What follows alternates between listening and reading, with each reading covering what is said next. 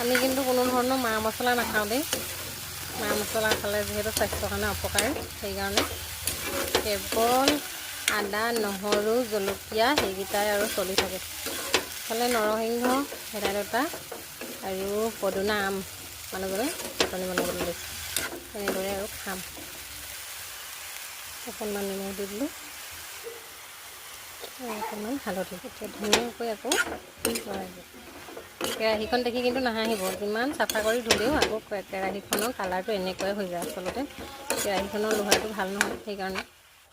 এইফালে আকৌ এয়া মানুহজনে বুটলি আনিলে বঙালী ধনিয়া, ভেদাইলতা, নৰসিংহ, মছন্দৰী, পদুনা আছে। ধুনীয়াকৈ আৰু চাটনিকণ বনাই লৈ এইফালে আকৌ এইকেইটা দেখিছেনে, টিক টিককৈ ৰঙা, এনেকুৱা একডোখৰ দি দিম আৰু খাই দিম আৰু। যিহেতু আমি গাঁৱলীয়া মানুহ, খাদ্যটোৱে মেইন। এনেকৈ আৰু খাওঁ।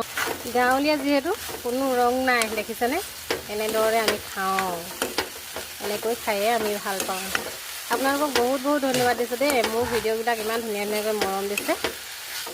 যিহেতু ইজনে সিজনক মৰম দিলেহে সকলোবোৰ মানে সফল হয়। ৰাইজে নখ জোকাৰিলেহে নৈ বয়, হয়নে নহয় বাৰু?